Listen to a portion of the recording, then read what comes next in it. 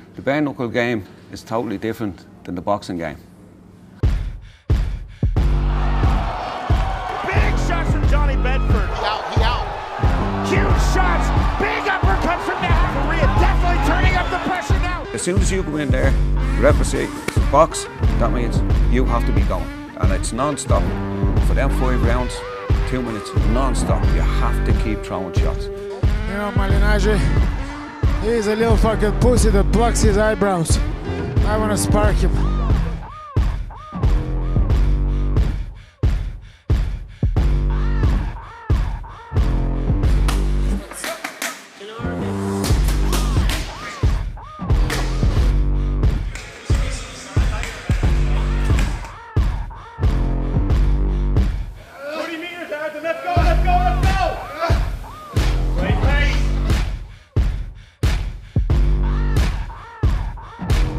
I'm not going in there to hug him, to give him high fives. I'm going there to try and kill him.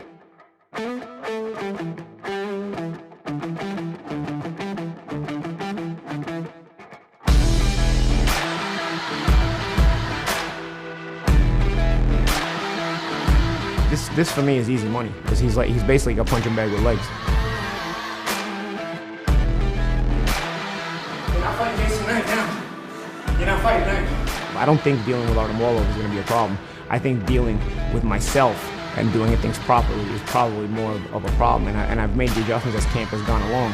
And you know, we've managed to kind of blend what we do well in boxing and kind of bring it to the bare knuckle aspect now. The line is drawn. The road to Malignaggi Lobov.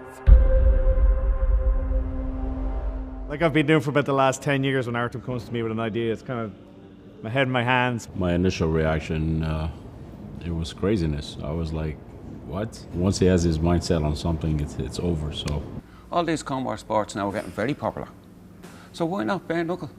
Bare knuckle, I think it's great. Without the gloves, you're guaranteed to have a lot of cuts. So it's a little bit gruesome. How much head trauma is actually in a bare knuckle fight? I know it would be a hell of a lot less than it's in a regular boxing fight. That's for sure. 10 rounds, 12 rounds, 100 odd punches thrown per round. You're at 1,000 punches there, mostly to the head. And they walk out of the ring, and it's not that noticeable because they have gloves on, but the internal trauma is really there. With the bare knuckle, it's only a couple of rounds. It's a lot less rounds. The injuries are more superficial. It's not the heavy head trauma from a 10-round war in a boxing fight. Cuts, the same thing. They look bad. They might be terrible for somebody that is planning to go into modeling after. In fact, the few scars on my face, it might even be an improvement. Broken bones, I don't care about. Broken bone is nothing. It heals very easy. It's very straightforward. You just put a cast on and it heals 6 weeks, 8 weeks, and you're brand new. It's nothing. I think combat for a living is crazy in general. You know, I think, you know, you have to have a certain kind of DNA in your mental makeup to do this, to consider this. You know, especially bare knuckle boxing, but just combat in general. You know, I don't think anybody who does combat for a living is all there all the time. You know, to compete year in and year out and have a professional career in combat sports is not only dangerous, but it's a bit of you got to probably have a couple of screws loose. You know. I think in combat sports you have athletes and fighters. Athletes play to rule sets, and in MMA you can very much play to the rule set to win. Fighters want to finish opponents, don't care about how to do it, they just want to finish people. It's more they were the guy, maybe 2,000 years ago, Artem was on a field holding up a severed head of somebody screaming at the opposition. He would have been that guy in the tribe. I would have been the guy that was good at running and stuff like that. Like, you know, I wasn't going to be the guy volunteering to go out there and have a sword fight, you know. Artem is a throwback to those times. He's a fighter's fighter. You need to have that mentality. If you don't have that, if you're going into bare knuckle boxing and you're not that person, you're more the athlete, I don't think bare knuckle is for you. I am about to go in and I have to hurt this guy so much that he can continue, and he has to try and do the same to me. That's a weird thing to do for a human, you know, so you have to prepare yourself a certain way, you know, mentally. So that's what this is, you know. I'm not going in there to hug him, to give him high fives. I'm going there to try and kill him. I come from a world where I was among the best fighters in the world in boxing at one time in my career. Trying to answer the question, why do fighters fight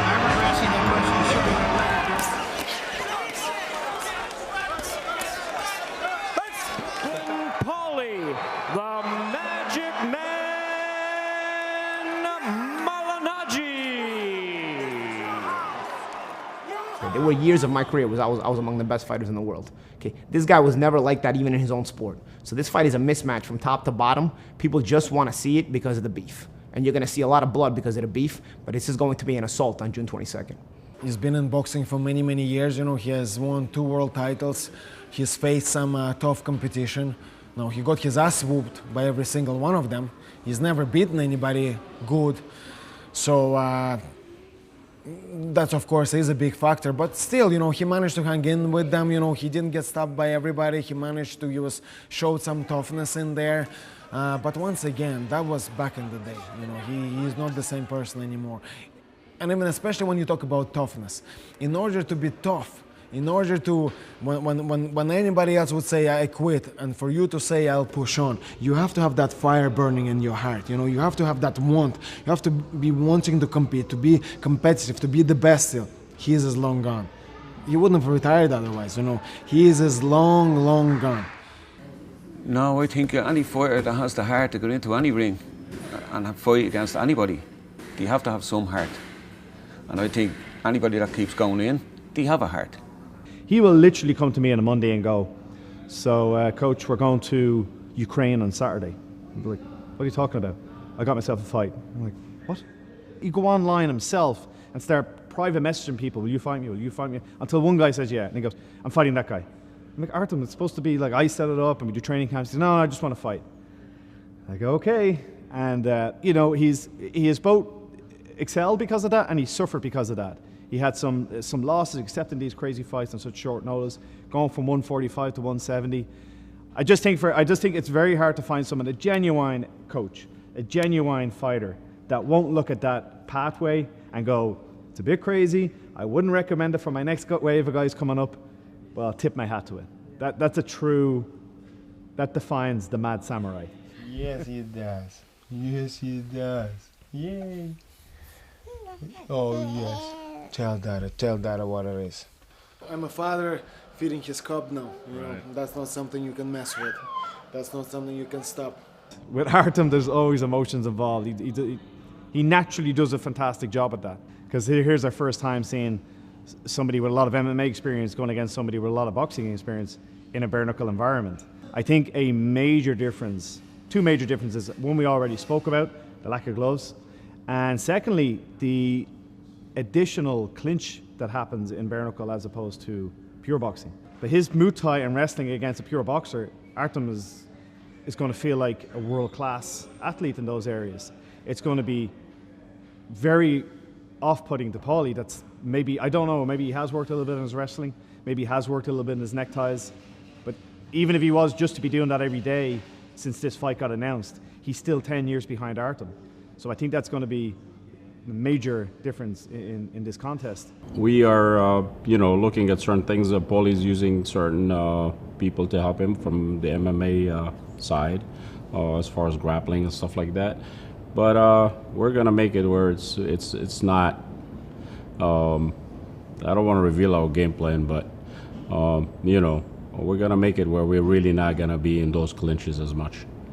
When I grab him by the back of his head, he's going to feel like a bear just grabbed him. He won't know what it is. Because number 1, technically, he won't know what is happening to him. And number 2, physically, he won't know what's happening to him. Well, there's always a little bit of a difference, obviously, but your base is your boxing. So, you're always going to go back to your base, and my boxing is obviously at a high level. So I feel very comfortable.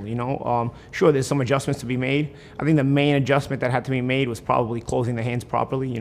Within the glove, you don't always make a tighter fist, as tight of a fist as you should, because there's nothing padding you. So you have to pad your own hand by making sure it's closed tightly. So I think that was pretty much the main differences. It's more of a battle within myself and making sure that I do things correctly. I don't think dealing with Artem Lobov is going to be a problem. I think dealing with myself and doing things properly is probably more of a problem. And I've made the adjustments as camp has gone along. And we've managed to kind of blend what we do well in boxing and kind of bringing it to the bare knuckle aspect now. Sit back a little bit. No, you just have to go forward and have to throw shots. Every shot counts, every shot lands. There are no gloves. It's like being in a blender. You just got put in there for 2 minutes, then you take a minute break, turns on again for 2 minutes, and then hopefully you come out safe and sound. There's no doubt in my mind, Paulie is going to get caught at one stage or other. He knows it, I know it. It doesn't matter if Arden never boxed, he's going to land a couple of shots. Okay, so say if he does land these shots, will Paulie take them? I don't know, but we'll see. Obviously, there were certain things that were said and done that my fighter has to trash talk. You know what I'm saying? And we're getting in his head by doing that, and I see that he did a great job on him already. So it's 2-0. Paulie spitting at him and stuff like that. I think that you've gone way over the line doing something like that. You know, so there is no line at the end of the day. Like, people ask me, oh, is there a line in trash talk? Is there a line? Maybe some of the time there is.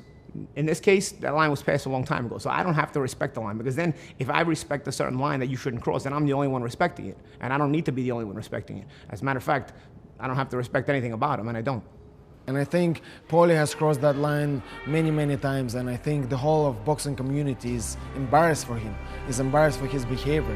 You know, boxing is always considered a gentleman's sport, and there is nothing gentlemanly about his behavior. You know, when you start spitting at people and you know, slapping people as a sly, you know, move, that's not what real men do. That's not what fighters do. That's just, there's no respect for that. No one respects that in any sport. Everybody can relate to that. You know, he thinks what, he got one up on me, that he slapped me while I wasn't looking. All right, mate, enjoy that one, but you didn't impress anybody with that. There is not an ounce of respect I have for this guy. Not even a shred of respect I have for this guy. As a matter of fact, he's a great punching bag, and that's what I'm going to turn him into on the 22nd.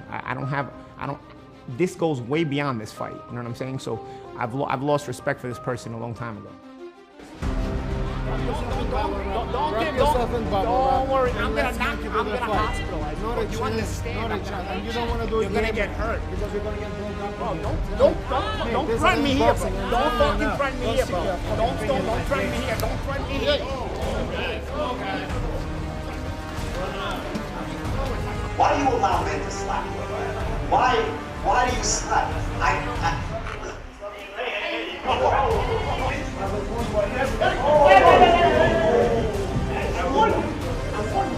hope you bring the same intensity into the fight. Oh, I'm gonna hurt you.